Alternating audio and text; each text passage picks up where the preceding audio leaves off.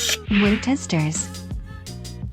Yo, what's good guys? It's Nightwing2303 from WearTesters.com. Today we have an unconventional performance review, and it's because this shoe I'm not a huge fan of. So instead of breaking things down the way I normally do, I'm just going to talk about my dislikes and my likes, and just kind of go over the things that I feel worked for me and what didn't. I will still do performance scores if anybody's interested, so I will leave a direct link in the description box below. So with that being said, let's go ahead.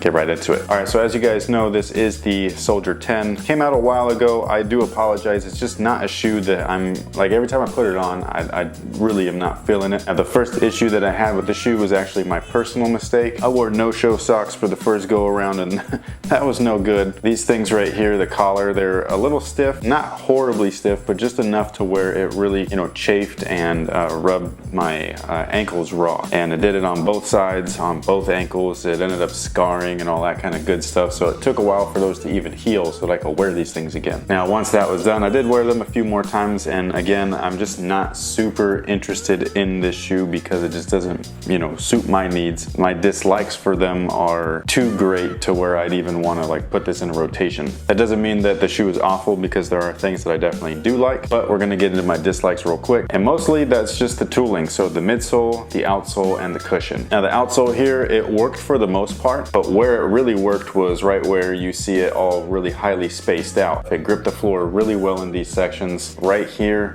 at the edges, and then right there at the toe, that's where I tend to push off, or I will use this stuff when I'm cutting or curling around the screen, and that area is so compact and tight that it just wouldn't grip the floor well, so it ended up causing me to slip. So that's the main thing that I disliked about the traction. Again, they're not horrible, it's just not as good as other stuff that I've had. I mean, there are plenty of traction options that are better than this stuff currently right now all the way around. Now the cushion is the other thing that I don't like, and this is the surprising part, because initially just seeing and hearing about the tech specs, I was really excited to play in these. What they feature is heel and forefoot zoom air within the Phylon midsole, and they are very thick zoom units, so they go like the full thickness from top to bottom of the actual midsole itself. Now the part where they went wrong is just the density of the Phylon. It's really, really firm stuff. It's really dense. It's lightweight, but it's very dense, so it's not very forgiving. And then on top of that, they really stuff those zoom units inside, so they're not able to expand when you're stepping on them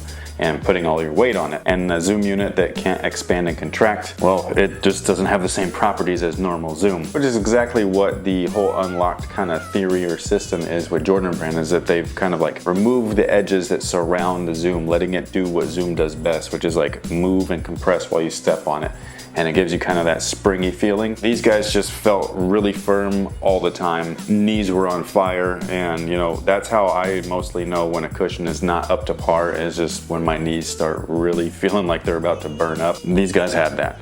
And it's very unfortunate because the rest of the shoe I really actually like. So materials are really interesting. It's just a one-piece textile mesh upper, and then it's kind of shaped with the foam that's underneath that. And it's really comfortable stuff. It requires no break-in time whatsoever. And in case you guys haven't noticed already, there's absolutely zero laces on here. There is no laces whatsoever.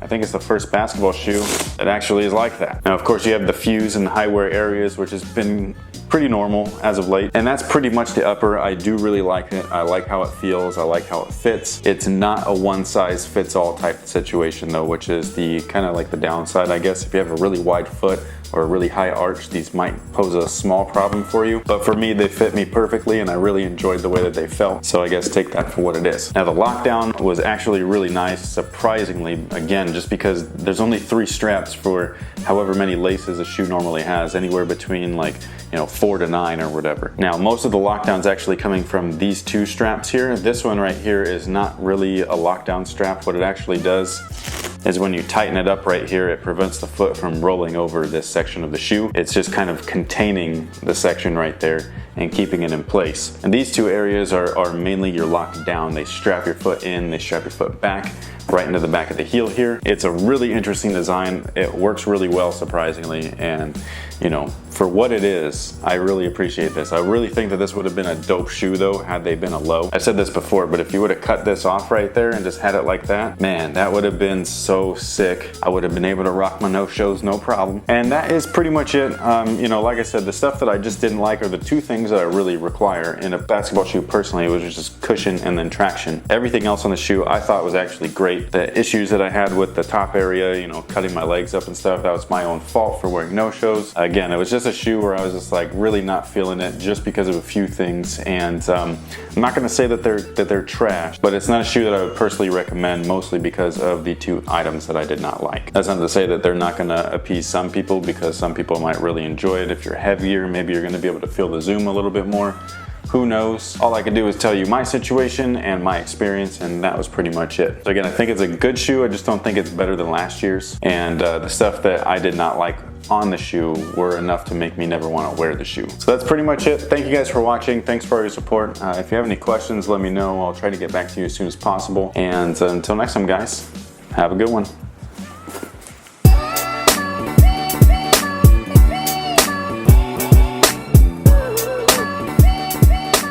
What's going on, guys? It's Darren from WearTesters.com, and Nike gives their auto-lacing sneaker the Hyper Adapt 1.0 an official release date, but with a caveat. Starting on November 28th, the self-lacing sneaker from Nike that is definitely marked